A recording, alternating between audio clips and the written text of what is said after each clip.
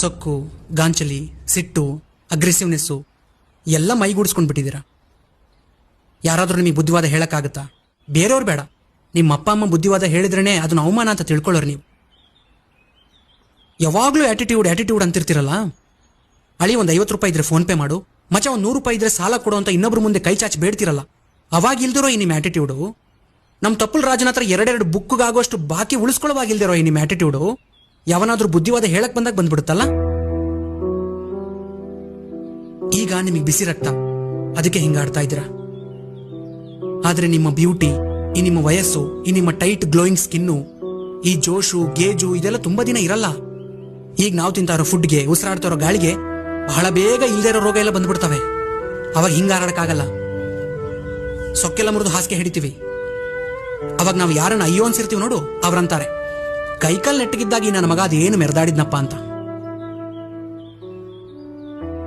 ಅವಾಗ ನಾವು ಬೇಗ ಹುಷಾರಾಗ್ಲಿ ಅಂತ ಬೇಡ್ಕೊಳ್ಳೋರ್ಗಿಂತ ಜಲ್ದಿ ನೆಗೆದು ಬೀಳ್ಲಿ ಅಂತ ಶಾಪ ಹಾಕೋರೆ ಜಾಸ್ತಿ. ಅಂತ ಟೈಮಲ್ಲೂ ನಮ್ಮ ಜೊತೆಲಿದ್ದು ನಮ್ಮ ಚಾಕರಿ ಮಾಡೋರು ನಮ್ಮ ಅಪ್ಪ ಅಮ್ಮ ಮಾತ್ರ. ಆದ್ರೆ ನೀವು ಅವರನ್ನೇ ಮರ್ತು ನಡೀತಾ ಇದ್ದೀರಾ. ಸಮುದ್ರದ ಮಧ್ಯದಲ್ಲಿ ಬಿದ್ದು ಒದ್ದಾಡ್ತಿರೋನ್ ಕಣ್ಣಿಗೆ ದೂರದಲ್ಲಿ ಒಂದು ದಡ ಕಾಣಿಸಿದ್ರೆ ಅವನು ಏನು ಮಾಡ್ತಾನೆ ಹೇಳು? ತನ್ನ ಕೈಲಿ ಆಗದೇ ಇದ್ರೂ ಕಷ್ಟಪಟ್ಟುಕೊಂಡು ಆ ದಡದ ಹತ್ರ ಈಜ್ಕೊಂಡು ಬರೋ ಪ್ರಯತ್ನ ಮಾಡ್ತಾನೆ. ಯಾಕೆ ಹೇಳು? ಆ ದಡ ಸೇರಿದ್ರೆ ನಾನು ಬದುಕ್ಬೋದು ಅನ್ನೋ ನಂಬಿಕೆಯಿಂದ. ಹಾಗೆ ನೀವು ಕೂಡ ನಿಮ್ಮ ಅಪ್ಪ ಅಮ್ಮನ ಕಣ್ಣಿಗೆ ದೂರದಲ್ಲಿ ಕಾಣಿಸ್ತಾ ಇರೋ ದಡ ಇದ್ದ ಹಾಗೆ. ಜೀವನದಲ್ಲಿ ಎಷ್ಟೇ ಕಷ್ಟ ಆದ್ರೂ ಅವ್ರಿಗೆ ಸಂಸಾರದ ಸಾಗರದಲ್ಲಿ ಈಜ್ತಾನೆ ಇರ್ತಾರೆ. ಯಾಕೆ ಹೇಳು?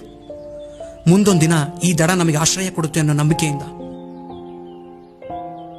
ಇನ್ನೀ ಜೀವನಾನೇ ಸಾಕು ಅನ್ಕೊಳ್ಳೋ ಅವ್ರ ಬಾಳಲ್ಲಿ ನಮ್ಮ ಮಗ ಇದ್ದಾನೆ, ನಮ್ಮನ್ನು ಚೆನ್ನಾಗಿ ನೋಡ್ಕೋತಾನೆ ಅನ್ನೋದು ಒಂದೇ ಅವ್ರ ದೊಡ್ಡ ಭರವಸೆ. ಆದ್ರೆ ಭರವಸೆನೇ ಸುಳ್ಳಾದ್ರೆ ಆ ಜೀವಗಳೇನ್ ಮಾಡ್ಬೇಕು?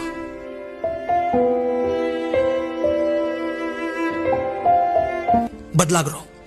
ಇನ್ನಾದ್ರೂ ಈ ದರಿದ್ರ ಲೈಫ್ ಸ್ಟೈಲ್ನ ಬಿಟ್ಟು ದುಡಿಯೋಕೆ ನಿಂತ್ಕೊಂಡು ಆ ಜೀವಗಳಿಗೆ ಆಸರೆಯಾಗಿ. ಬೇರೆಯವ್ರ ಕೈ ಕೆಳಗೆ ದುಡಿಯೋದು ನಿಮಗೆ ಅವಮಾನ ಅನ್ಸಿದ್ರೆ ಏನಾದ್ರೂ ಬಿಸ್ನೆಸ್ ಮಾಡಿ.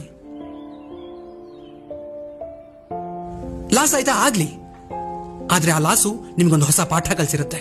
ಅವಾಗ ನೀವು ನಿಲ್ಲಲ್ಲ, ಇನ್ನೊಂದು ಹೊಸ ಹೆಜ್ಜೆ ಇಡ್ತೀರಾ. ಜೀವನದಲ್ಲಿ ಕೂತ್ ಕೇಳೋದಕ್ಕಿಂತ ಪ್ರಯತ್ನ ಮಾಡಿ ಕೇಳೋ ಅಂತಾರೆ ದೊಡ್ಡವರು. ಬೇರೆ ಯಾರೋ ಯಾಕೆ ನಮ್ಮ ತಪ್ಪಲ ರಾಜನ್ನೇ ನೋಡಿ, ಓದಿರೋದು 6ನೇ ಕ್ಲಾಸು, ಯಾವನಿಗೂ ಸಲಾಂ ಹೊಡಿದ ತಿಂಗಳಿಗೆ 15,000 ಲಾಭ ತೆಗಿತಾನೆ. 20. ಯಾಕೆ ಹೇಳು? ಅವನು ನಿಮ್ಮ ತರ ಖಾಲಿ ಕೂತಿಲ್ಲ.